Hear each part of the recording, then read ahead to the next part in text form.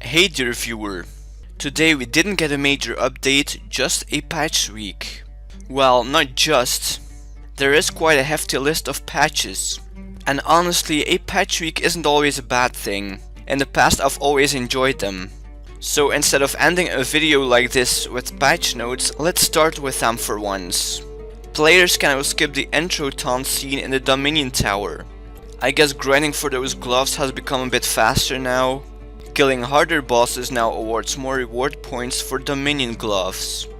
Another update that gives you the gloves faster. I'm definitely not against that. But honestly, I haven't fought the bosses yet since they got buffed, so I believe this is a good compensation as well.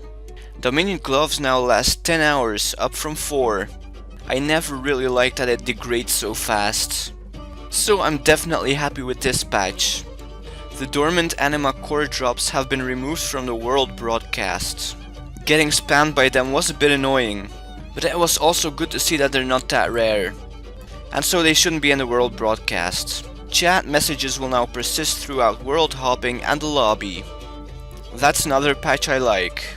Now you won't miss out on what your friends tell you when you just hopped.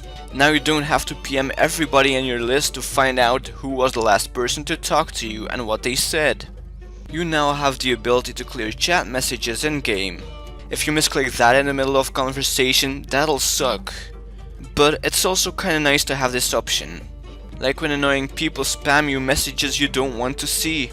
Players are no longer restricted from rejoining boss instances when the remaining time is below 10 minutes. It's good to finally no longer be scammed out of a session. I remember that happening a lot when I killed the corporeal beast. A lot make that every time.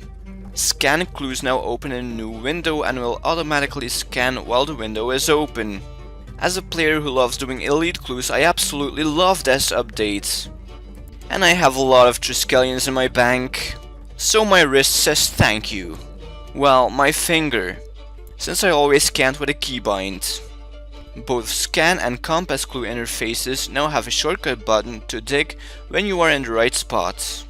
Now every time I was on a clue, I always thought, wouldn't it be convenient to have a dig button on the compass interface? Convenient, yes, but maybe also a bit too much of lazy escape. Still, I'm glad it's here. And I see why they waited until the scan clue had an interface as well. It keeps things more consistent. The following keybinds have been added for the loot interface.